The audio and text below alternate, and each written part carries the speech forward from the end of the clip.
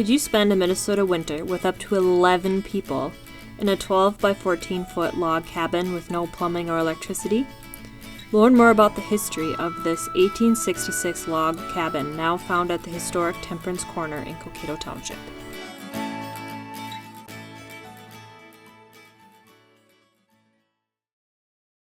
By 1865, the heavily wooded area of Morris Prairie, today's Cokato and Stockholm Townships, had land with rich soil available to claim through the Homestead Act. This prospect drew the attention of Finnish immigrant Elias Peltopera and his friends Mathias Karjenaho, Olaf Westerberg, and John Viinikka. On June 22, 1865, the four men left Minneapolis on a 50-mile journey on foot to unclaimed homestead land located 3 miles north of the present-day Cokato. The trip took them 2 days through heavily forested land that a horse and cart would have extreme difficulty getting through. When the men arrived, they staked 80 acres each and then walked to Greenleaf to register their claims. They returned to Minneapolis that fall and stayed there through the winter. In 1866, the men returned in the spring and built temporary shelters and the log cabin.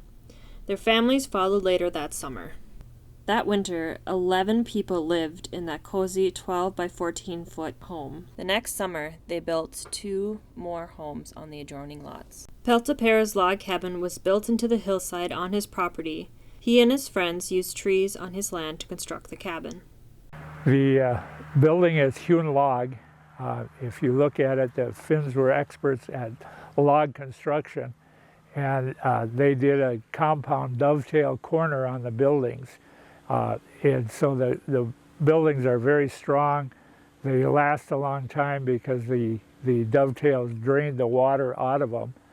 And the Finns were unique in that they did scribed logs. They would lay a log down, and depending on the curve of the log, they would scribe the next log to match that curvature because the logs were not perfectly flat.